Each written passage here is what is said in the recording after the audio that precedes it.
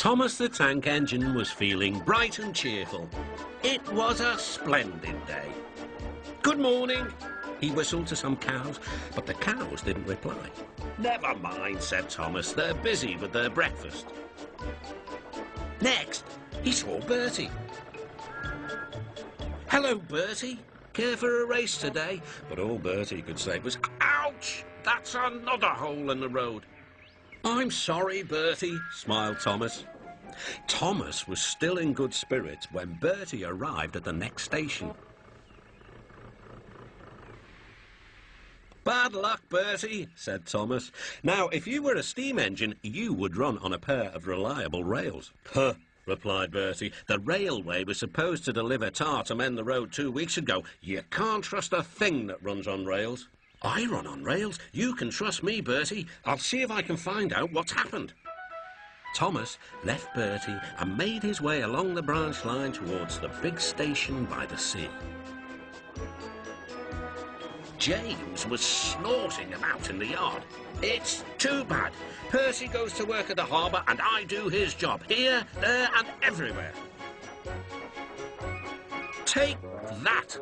"Ooh!" groaned the trucks. "Just you wait, we'll show you." Gordon laughed.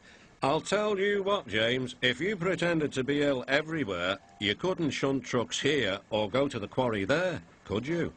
"What a good idea," agreed James. "Look, here comes Thomas. I'll start pretending now." Thomas was sorry to see the engines looking miserable. "Cheer up, it's a beautiful day." "Yes," grumbled Gordon, "but not for James." "What's the matter?" "He's sick," replied Gordon. "Yes, he is. I am," stuttered James. I don't feel well at all." "Don't worry," said Thomas kindly. "I'll help out if you're ill." Gordon and James sniggered quietly to each other. Some of James's trucks were coupled behind Thomas, and he steamed away to the quarry. The trucks were still cross. "We couldn't pay James back for bumping us, so we'll play tricks on Thomas instead. One engine is as good as another." But Thomas didn't hear them. He collected all the stone from the quarry and then set off back to the junction.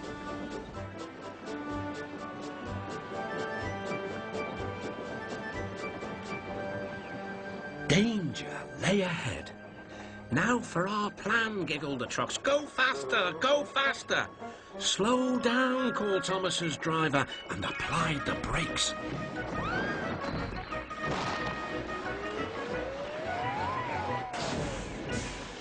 Poor Thomas stood dazed and surprised in a muddy pond as a toad eyed him suspiciously. "But my buffers," muttered Thomas.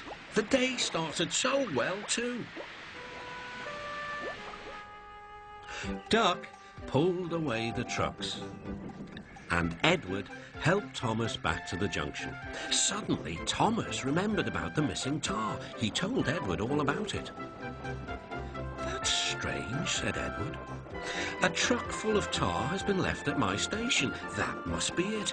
Driver will make sure it gets to Bertie now." Later, James spoke to Thomas. "I'm sorry about your accident," he muttered. "And so is Gordon. We didn't mean to get you into trouble."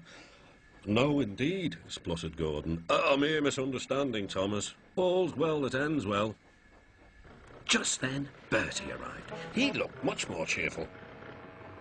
"My road's being mended now." "Oh, I am glad," replied Thomas. "Thanks for all you did. Now I know I can trust an engine, especially if his name is Thomas."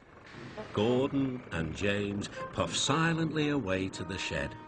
But Thomas still had company. "Well, well," he sighed, "what a day for surprises." The toad, who was looking forward to a ride home, noisily agreed.